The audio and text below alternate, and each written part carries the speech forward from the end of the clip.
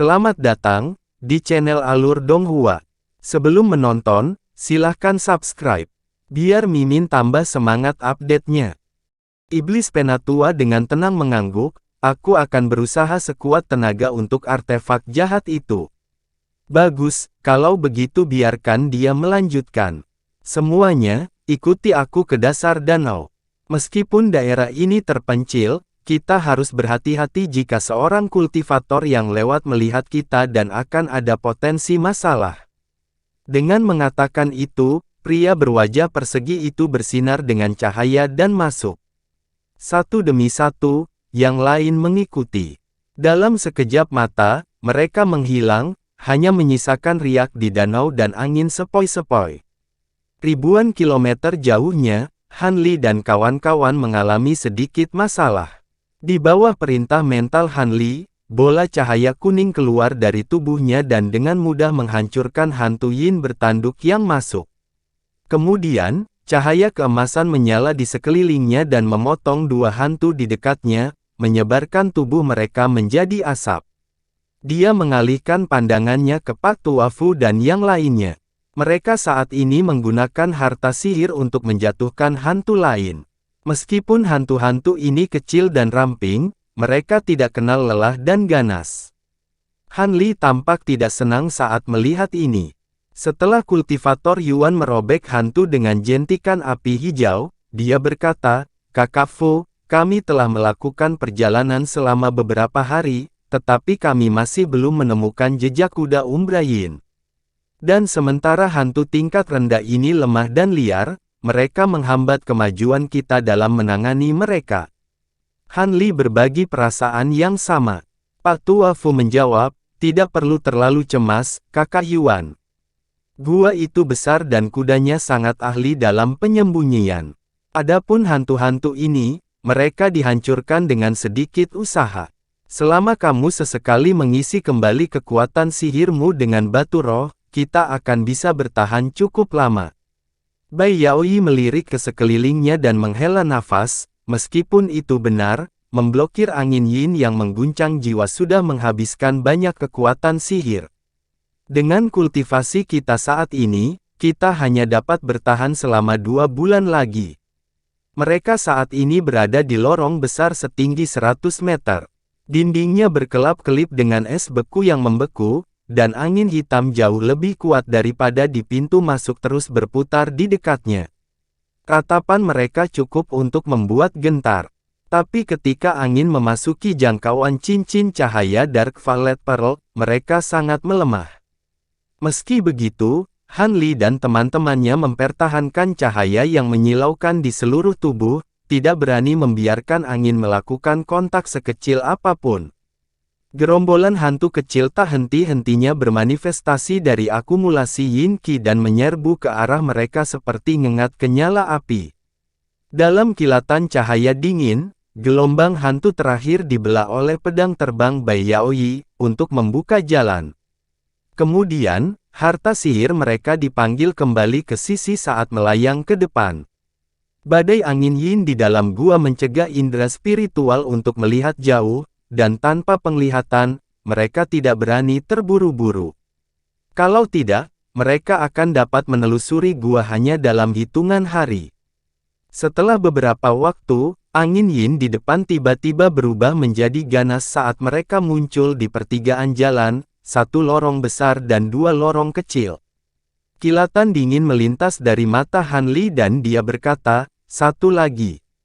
Ini tidak akan berhasil. Jika kami harus melakukan perjalanan melalui banyak jalur, kami tidak akan dapat menelusuri semua gua dalam 2 bulan. Kita harus berpisah."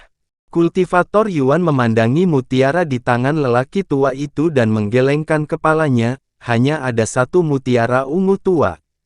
Tanpa perlindungannya, memblokir angin Yin yang mengguncang jiwa akan menghabiskan terlalu banyak kekuatan sihir.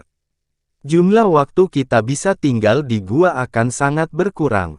Pak Tua Fu berkata, "Jika ini tentang mutiara, saya dapat mengkonsumsi sedikit esensi darah untuk memberi Anda perlindungan mutiara untuk sementara. Selama kekuatan angin Yin tetap konstan, perlindungan seharusnya bisa bertahan sekitar seminggu. Itu seharusnya cukup bagi kami untuk melihat jauh ke dalam setiap lorong, tapi kami harus mencari cara untuk menemukanmu lagi setelah cahaya Dark Violet Pearl menghilang. Kita harus meninggalkan bekas kekuatan sihir pada kita semua sehingga kita dapat menemukan satu sama lain.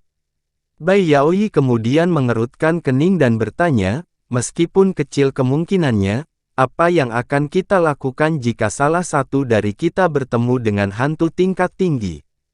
Kultivator Yuan mendengus dan berkata, jika itu adalah hantu yang tidak dapat ditangani oleh seorang kultivator Midnas Chainsaw, itu pasti Raja Hantu. Tapi, ini bukan dunia bawah tanah Yin yang sebenarnya. Bagaimana mungkin sedikit Yin Qi menghasilkan sesuatu pada level itu? Hanya akan ada beberapa hantu yang lebih kuat di kedalaman gua. Yang dirumorkan di sini hanyalah legenda. Tidak ada yang secara pribadi melihatnya. Selain itu, bagaimanapun juga, kita harus mengambil risiko. Setelah periode angin Yin yang melemah berakhir, kita tidak akan bisa lagi tinggal di sini. Ketika Pak Tua Fu dan wanita berjubah hitam mendengar ini, mereka saling bertukar pandang dan mengungkapkan sedikit keraguan. Awalnya, mereka tidak berpikir untuk berpisah untuk menjaga keselamatan, tetapi ada jauh lebih banyak lorong di Gua Yin yang dari yang mereka perkirakan sebelumnya. Jika tidak berpisah, sangat mungkin mereka akan kembali dengan tangan kosong. Bai Yaoi merenung sejenak dan tidak mengajukan perlawanan. Tampaknya dia menemukan kata-katanya dapat diterima. Pak Tua Fu akhirnya mengambil keputusan dan berkata, baiklah, kami akan mengikuti saranmu. Tapi semua orang harus berhati-hati. Jangan bepergian dari jarak 3 hari dari saya, atau Anda tidak akan dapat mengisi ulang lampu pelindung tepat waktu. Han Li melihat ke bagian tengah dan berkata, jangan khawatir, terowongan ini pasti akan menjadi bagian utama, dan terowongan bercabang mungkin tidak terlalu panjang. 3 hari seharusnya lebih dari cukup bagi kita untuk mencarinya. Pak Tua Fu kemudian memuntahkan kabut esensi darah ke Dark Violet Pearl, menyebabkannya melonjak. Dia kemudian memukulnya dengan serangkaian segel mantra dan meraih mutiara dengan tangannya yang bebas, memanggil bola cahaya ungu yang menyilaukan. Dengan cahaya di tangan, dia menyapukan pandangannya ke seluruh anggota dan melemparkannya ke arah adik perempuan juniornya. Dengan sekejap, bola cahaya menghilang ke dalam tubuhnya dan cincin kecil berwarna ungu mengelilinginya. Ketika yang lain melihat bahwa teknik itu efektif, merasa nyaman dan orang tua itu melakukan hal yang sama kepada mereka. Kemudian setelah menempatkan penanda kekuatan sihir satu sama lain, mereka berpisah menjadi 3. Pak Tua Fu dipasangkan dengan saudara perempuan juniornya dan mereka bergegas menyusuri lorong tengah. Adapun kultivator Yuan dan Han Li, mereka memutuskan untuk mengambil jalur kiri dan kanan masing-masing. Bai Yaoi adalah orang terakhir yang memutuskan dan ragu sejenak sebelum mengikuti Han Li. Ketika Han Li merasakan dia mengikutinya, dia melambat untuk membiarkannya mengejar, lalu berjalan bersama berdampingan. Sepanjang jalan, dia bertanya, apakah saudara Han merasa bahwa Gua Yin yang tidak sesuai dengan reputasinya? Mereka mengatakan bahwa setelah masuk, seseorang akan dalam bahaya, tetapi kami tidak menemukan apapun yang menjadi masalah, selain dari angin Yin yang mengguncang jiwa itu. Mungkinkah rumor itu dibesar-besarkan? Han Li agak terkejut dengan pertanyaan itu dan menjawab sambil tersenyum, meskipun saya tidak tahu banyak tentang tempat ini, saya yakin tempat ini layak mendapat gelar sebagai salah satu dari 7 tempat paling berbahaya di Great Jin. Rekan Taois Bai, jangan lupa bahwa angin yang mengguncang jiwa ini begitu keras sehingga jika seorang kultivator di bawah tahap Nas Chen Sol masuk, itu saja pasti akan mencabik-cabiknya bahkan dengan harta pelindung. Dan juga bisa dikatakan bahwa kami hanya aman karena cahaya pelindung Dark Violet Pearl, belum lagi kami hanya bertemu hantu Yin tingkat terendah selama beberapa hari terakhir. Saat kita masuk lebih dalam, Yin Qi akan jauh lebih padat dan akan muncul hantu yang lebih keras. Kata-kata kakak Han masuk akal. Namun, saya masih merasa sedikit ragu. Hantu Yin datang. Saat Bai Yaoyi berbicara dengan Han Li, 8 hantu Yin tiba-tiba muncul dari angin terdekat dan dengan ganas berubah ke arah mereka. Dalam kilatan cahaya biru dan keemasan, hantu Yin dieksekusi dengan rapi. Kemudian, keduanya perlahan melangkah maju, tetapi setelah setengah hari mencari, mereka tidak menemukan apapun. Saat keduanya hendak kembali, angin Yin yang ganas tiba-tiba bertiup melewati mereka dengan peluit yang menusuk. Apa ini? Kata Bai Yaoyi dengan kaget. Han Li berkedip dan menjawab, kedengarannya seperti mayat halus. Itu pasti berasal dari hantu tingkat tinggi. Mayat halus, apa kemungkinannya? Kata Bai Yaoyi dengan alis terangkat. Keduanya kemudian mendekati sumber suara. Setelah berbelok, mereka menemukan pintu masuk ke sebuah gua yang tingginya 10 meter. Itu melolong tak henti-hentinya dengan angin Yin yang sangat keras, dan suara samar peluit hantu bisa terdengar di dalam. Apa itu? Bai Yaoyi melirik ke dalam dan melihat sesuatu yang tersegel di dalam es yang berkilauan. Dia mengangkat tangannya dan memukulnya dengan bola api seukuran kepalan tangan. Dengan dentuman yang tiba-tiba, api merah melelehkan es untuk mengungkapkan bentuk sebenarnya dari objek tersebut. Itu adalah pedang terbang biru yang tertancap di tengah dinding. Tapi dalam sekejap es mencair, pedang terbang yang hidup mulai bersinar dengan cahaya redup dan mengeluarkan cincin yang jelas. Kemudian ia mulai bergetar seolah berusaha melepaskan diri. Bai Yaoyi terkejut dengan pemandangan itu dan dengan lambaian lengan bajunya, melepaskan seutas tali api merah. Dengan bara yang berkelap-kelip di udara, itu melilit pedang dan menariknya ke tangannya. Mata Bai Yaoyi menyapu pedang dan melambaikannya dengan satu tangan, membuat beberapa cahaya pedang sepanjang satu kaki yang memotong dinding es, meninggalkan bekas yang dalam. Ekspresi Han Li bergerak ketika dia melihat ini. Dia memutar pedang beberapa kali dalam pemeriksaan dan mengungkapkan jejak keraguan setelah tidak menemukan tanda-tanda nilai yang signifikan. Setelah bertahun-tahun, sifat spiritual tidak memudar. Tuannya pasti menghabiskan banyak usaha untuk menciptakan ini. Dari kekuatannya, itu pasti milik seorang kultivator formasi inti akhir. Tapi itu aneh, seseorang dengan level seperti itu seharusnya tidak bisa mencapai tempat ini. Bisakah aku melihatnya? Han Li bertanya. Tidak perlu sopan, silakan. Bai Yaoyi tersenyum manis dan kemudian mengirim pedang terbang ke Han Li dengan jentikan jarinya. Dia mengulurkan tangan ke pedang dan menerbangkannya ke tangannya. Setelah memeriksanya sebentar, dia mengerutkan kening. Apakah saudara Han menemukan sesuatu? Bai Yaoyi dengan penasaran bertanya. Tubuh pedang dimurnikan murni dari kristal esensi biru.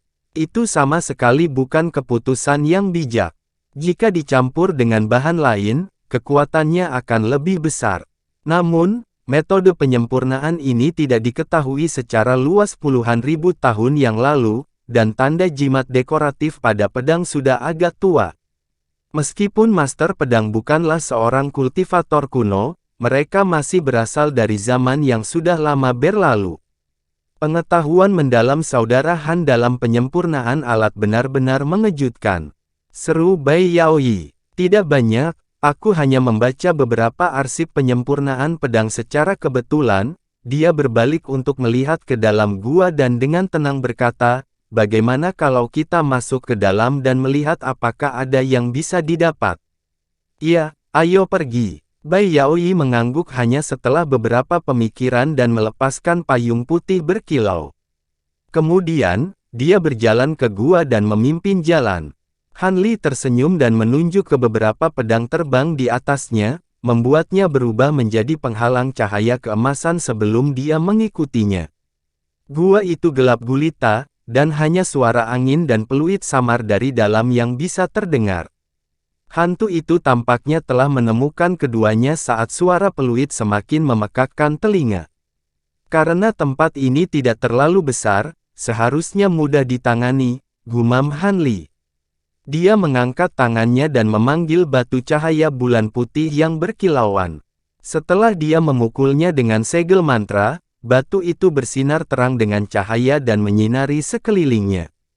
Karena angin yin yang menghalangi, area yang jauh menjadi redup dan tidak jelas. Ketika memasuki 200 meter lebih ke dalam gua, mereka melihat pintu masuk lain yang samar-samar memancarkan cahaya hijau. Han Li dan Bai Yaoyi saling memandang dengan aneh.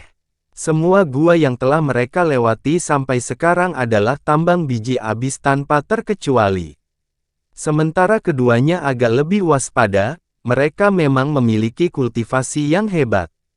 Dengan payung di depannya, Bai Yaoyi mendekati pintu masuk, tapi setelah dia melihat ke dalam, kulitnya menjadi pucat. Han Li segera muncul di sisinya dan melihat ke dalam. Ada gua selebar 100 meter yang dipenuhi stalaktit, dan cahaya hijau redup bersinar dari dinding dan bagian atasnya. Ada pilar batu setinggi 10 meter di tengahnya. Meskipun kasar dan biasa-biasa saja, ada mayat kering yang terikat erat dengan rantai. Kepalanya tergantung tak bernyawa dengan rambut abu-abu panjang menutupinya, dan perutnya penuh luka dengan semua organ tumpah. Pemandangan aneh ini telah membuat pemandangan yang mengejutkan bagi Han Li juga. Dia mengerutkan bibirnya dan berpikir untuk mengatakan sesuatu ketika pedang biru di tangannya mengeluarkan tangisan panjang yang tak henti-hentinya, diikuti oleh getaran liar. Dengan sedikit pengertian, dia melemparkan pedang itu ke udara. Itu melesat ke arah pilar batu dalam garis biru dan berubah menjadi bentuk aslinya sepanjang setengah kaki sebelum berputar di sekitar mayat kering dan mengeluarkan teriakan lagi. Sekam ini adalah master pedang. Tampaknya inti emas mereka direbut dan nyawa hilang. Bai Yaoyi menghela nafas panjang dan menunjukkan ekspresi yang sedikit terganggu. Han Li dengan dingin berkata, dia tidak mati secara normal. Orang ini digunakan sebagai korban untuk teknik jahat. Pengorbanan hidup. Dalam panik, dia akhirnya memperhatikan formasi mantra selebar 40 meter di dalam gua. Dia tidak segera menyadarinya karena debu yang terkumpul di atasnya. Han Li mengangguk, aku tidak tahu formasi pengorbanan yang mana ini. Aku harus melihat lebih dekat untuk mencari tahu. Itu mudah, serahkan padaku. Bai Yaoyi tersenyum dan meludahkan kipas kristal mini. Dalam kilatan cahaya es, kipas melebar hingga 1 kaki panjangnya dan melambai melintasi gua. Angin kuning menyapu debu ke udara, menghalangi pandangan seluruh gua. Tapi dengan cahaya yang mengelilingi tubuh mereka, Han Li dan Bai Yaoyi mengabaikan debu dan memeriksa formasi di tanah seolah itu tidak mempengaruhi mereka sedikitpun. Pada saat itu lebih dari 40 meter jauhnya di belakang mereka, cahaya gelap bersinar lemah dari tanah, diikuti dengan munculnya siluet hitam. Itu tetap tidak bergerak dalam posisi berjongkok. Ketika siluet hitam menyadari bahwa keduanya tidak bereaksi, cahaya merah bersinar dari matanya dan tubuhnya melesat ke depan. Sepanjang jalan, ia memiringkan kepalanya dan memekik, melepaskan garis hitam ke arah Bai Yaoyi. Siluet itu bermaksud menangani keduanya secara bersamaan. Han Li tiba-tiba membalik tangannya dan memanggil tangan cahaya biru di udara. Itu secara akurat menangkap siluet hitam dan menahannya di tempatnya. Adapun pukulan menuju Bai Yaoyi, dia dengan anggun menyapu payungnya di belakangnya. Payung melepaskan kilatan cahaya putih saat bersentuhan dengan garis hitam dan menangkis serangan dengan mudah, meninggalkan lubang sedalam 1 inci di dinding batu. Bai Yaoyi tersenyum saat melihat siluet yang ditangkap oleh tangan cahaya. Itu memiliki tubuh ular bersisik hitam yang membentang sepanjang 15 meter, wajah kera, dan 2 lengan aneh yang masing-masing memiliki paku tulang sepanjang 1 kaki. Meskipun monster itu dicengkeram dengan kuat, ia berjuang keras dengan sekuat tenaga dan dengan kesal menatap keduanya dengan mata merahnya. Kera bencana, mereka benar-benar ada di dunia ini. Bai Yaoyi merasa khawatir saat melihat monster itu. Han Li melirik hantu itu dan dengan santai berkata, aku dengar hantu ini kental dari kebencian manusia di area Yin yang berat. Ia sangat ganas, gemar membunuh, dan suka memakan otak manusia hidup. Selain itu, ia mampu meniru suara hantu apapun. Tampaknya peluit mayat halus sebelumnya adalah perbuatannya. Touch, aku sudah melihat-lihat beberapa catatan, tapi ini pertama kalinya aku bertemu hantu seperti ini. Namun, itu tidak terlalu kuat dan mencari kematian untuk berani menyerang kita.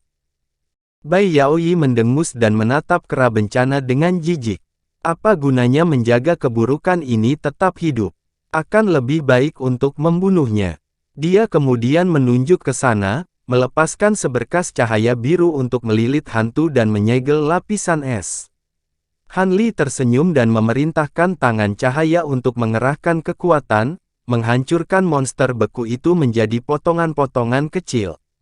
Saat itu, debu yang tersapu ke udara telah jatuh kembali ke tanah, tetapi mereka sudah dengan jelas melihat formasi mantra. Han Li menyipitkan matanya dan dengan tenang berjalan untuk memeriksanya lebih jauh. Adapun Bai Yaoyi, dia tampak tidak tertarik dan malah mengalihkan perhatiannya ke dinding gua. Setelah beberapa lama, Han Li akhirnya berkata, formasi mantra ini untuk memurnikan hantu dan merupakan salah satu yang kuno. Juga, Bai Yaoyi mengalihkan perhatiannya kembali ke formasi mantra dan dengan bingung bertanya, juga apa? Juga, tahun yang terukir pada formasi mantra tampak jauh lebih tua daripada mayat kering. Seharusnya sudah diletakkan sejak zaman kuno, kata Han Li dengan nada yakin. Bai Yaoyi menatap Han Li dengan heran, jadi seperti itu. Bagaimana saudara Han bisa menentukan ini? Han Li terkekeh dan berkata, ini hanya yang saya duga dari pengalaman saya sendiri. Bai Yaoyi berhenti sejenak sebelum tertawa kecil dan menjatuhkan topik pembicaraan. Misteri di balik area ini tidak ada hubungannya dengan kita. Karena tidak ada barang lain di sini, ayo pergi. Dia mengangkat tangannya dan mengambil pedang terbang biru itu sebelum memasukkannya ke dalam kantong penyimpanan. Han Li mengangguk dan keduanya mulai pergi. Tapi saat mereka mendekati pintu masuk, Han Li tiba-tiba merasakan sensasi yang aneh dan tidak nyaman. Dia berhenti dan berbalik untuk melihat mayat kering yang dirantai. Apakah ada sesuatu yang salah? Bai Yaoyi bertanya dengan sedikit kebingungan. Han Li tidak segera menjawab. Sebaliknya, tatapannya berkedip dan dia menunjuk ke kejauhan. Suara guntur yang teredam terdengar dan cahaya keemasan melintas dari ujung jarinya, menghantam mayat kering di pilar batu dengan busur petir tipis.